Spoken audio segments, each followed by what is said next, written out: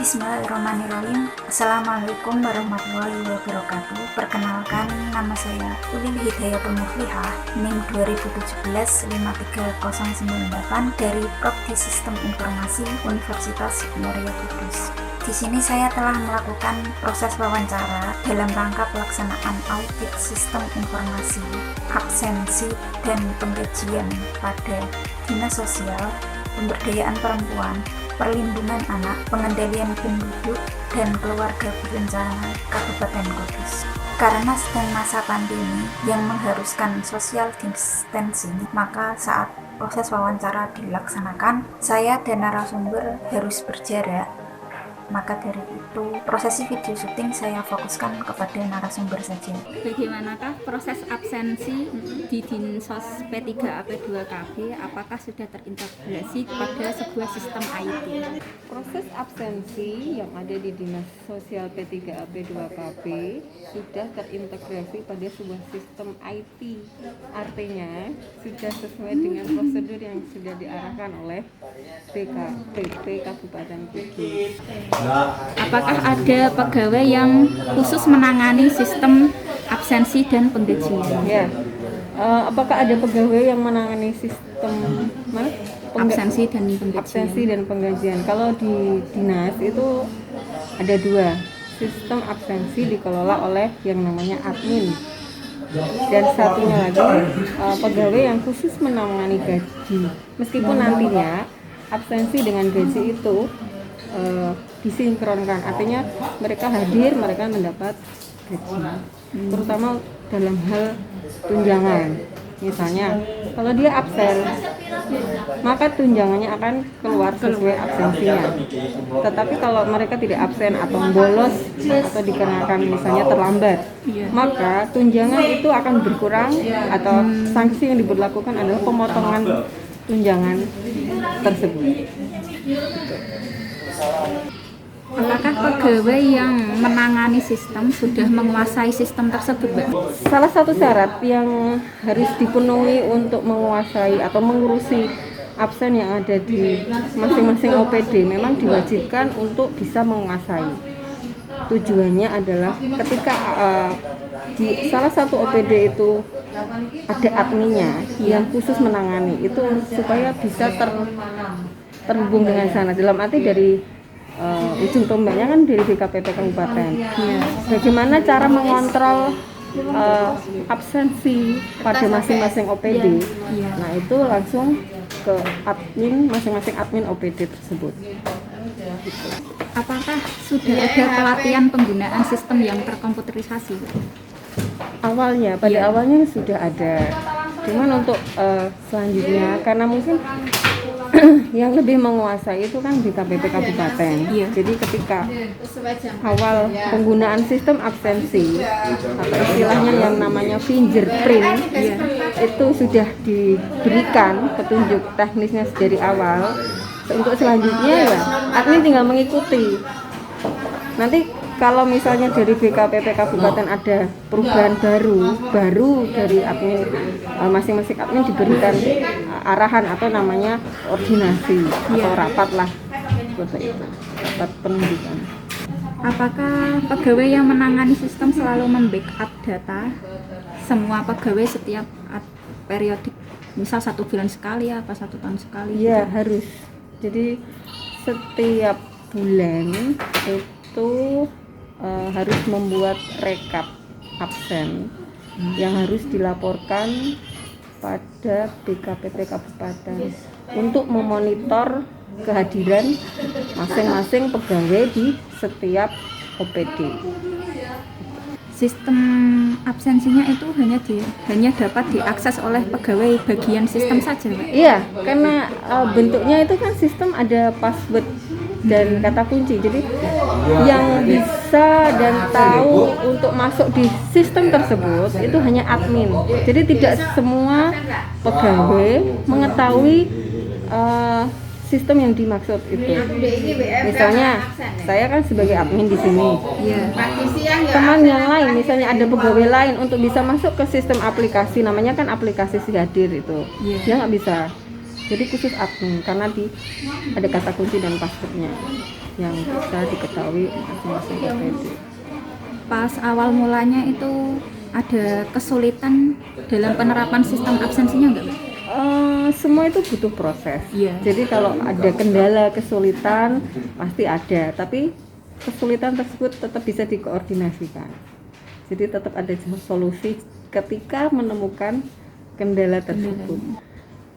Apakah penggunaan sistem informasi absensi yang ada di Dinsos P3AP2 KB Kudus udah memakai tahapan aturan yang ditetapkan atau enggak, Mbak? Iya, otomatis.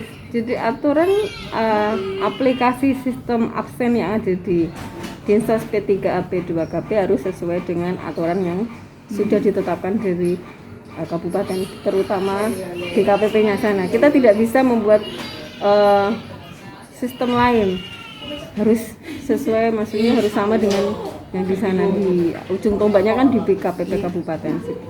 Kalau biasanya tahapan-tahapan kalau mau absennya itu bagaimana? Kalau untuk tahapannya kita itu kan menggunakan fingerprint ya. Fingerprint itu begitu pegawai masuk Datang. untuk memonitor kehadiran itu mereka para pegawai ini langsung, biasanya kan masing-masing, kalau misalnya ada di perusahaan pakai ID card. Iya. Nah, di Kudus terutamanya di dinas atau maksudnya di pegawai yang ada di Kabupaten Kudus itu ada yang menggunakan fingerprint, menggunakan kalau sekarang menggunakan ini face. Kalau dulu sebelum menggunakan face kan ada face sama jari. Nah, ketika menemukan kecurangan bisa katakanlah di hacker gitu ya. Nah, DKPP memberikan arahan bahwa untuk fingerprint tahun 2020 cuma digunakan untuk face saja, tidak menggunakan jari.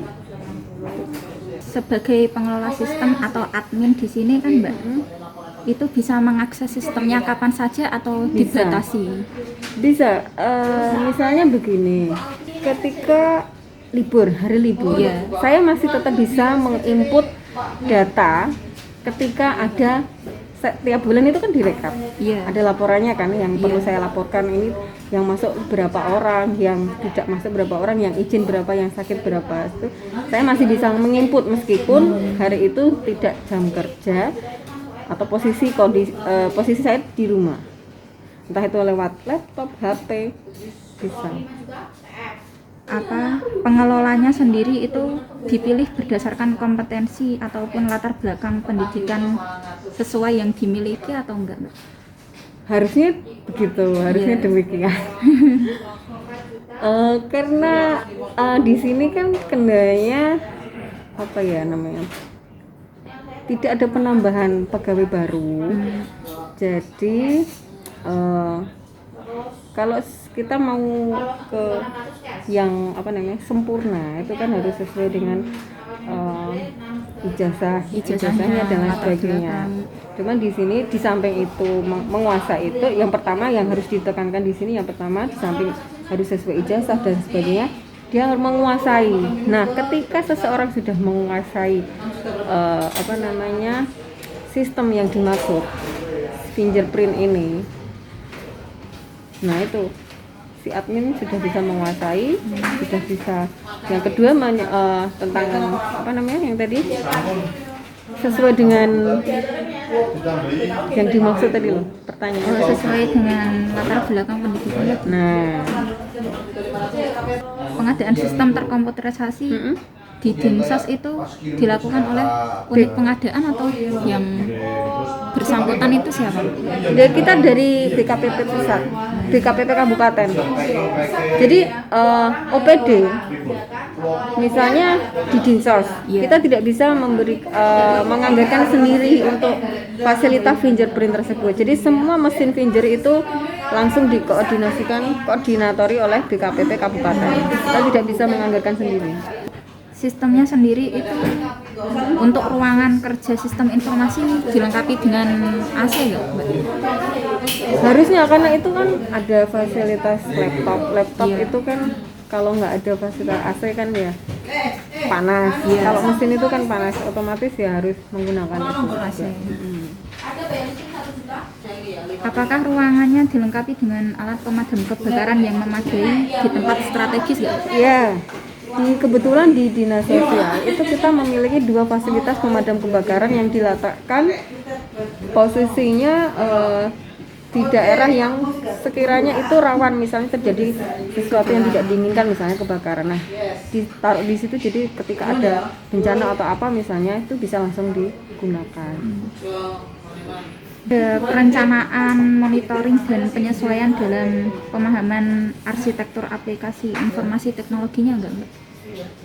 Kalau monitoring itu kita monitornya kan lewat sana dari kabupaten itu dia memonitor langsung kan, ini kan sistemnya aplikasi yang termonitor ke sana. Iya. Kalau misalnya ada kendala offline, nah kalau offline memang sana tidak bisa langsung ke monitor, cuman datanya kan sudah tersimpan, kita harus menarik ulang, merekap ulang. Jadi kayak misalnya offline, bulan ini offline kan, supaya online, supaya sana bisa tahu langsung online, itu saya harus download dulu data yang sudah terekam selama 1 bulan, itu saya download dulu, terus baru saya kirim ke kabupaten. Ke KPP itu. Apakah ada pengembangan keterampilan dan keahlian dalam bentuk pelatihan untuk mendukung kinerja pegawai? Sampai sejauh ini belum ada. Jadi kita masih menggunakan menggunakan alur yang sudah ada, memanfaatkan sistem yang sudah ada. Nggak tahu kalau kedepannya nanti. Nah, apakah pegawai diberi arahan sebelum penggunaan sistem, Mbak? Jelas. Pelatihan dulu. Iya, jelas. Jadi ketika misalnya si admin di sini menemukan kendala, ketika ini pinjirnya nggak bisa dimonitor, dia menemukan kendala, dia langsung koordinasi dengan sana, bagaimana solusinya seperti apa. Nanti ada arahan, harus begini. Gitu. Apakah penggajiannya pernah terjadi keterlambatan penerimaan akibat sistem absensinya tadi itu, mungkin trouble atau gimana gitu? Sejauh ini tidak menemukan kendala yang sampai misalnya pegawai tidak dapat gaji atau tidak dapat tunjangan gara-gara sistem. Sampai sejauh ini belum. Jadi misalnya tanggal sekian harus cair misalnya, mungkin paling lambat ya esok harinya, seperti itu. Nggak sampailah berhari-hari atau menemukan kendala yang karena sistem ya.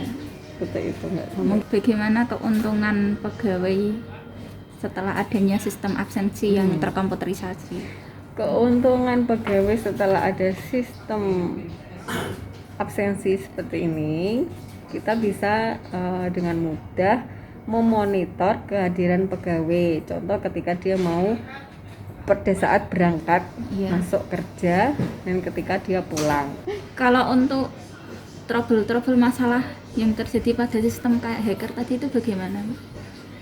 Kalau trouble hacker itu kebetulan nggak di sini, di OPD lain yang tidak bisa disebutkan ya. Itu kan rahasia. Jadi ketika yang menguasai, maksudnya ujung tombaknya DKPP menemukan ini ada yang menghack, mereka langsung menindaklanjuti seperti itu. Terima kasih telah menyaksikan video dari awal sampai akhir. Kurang lebihnya mohon maaf.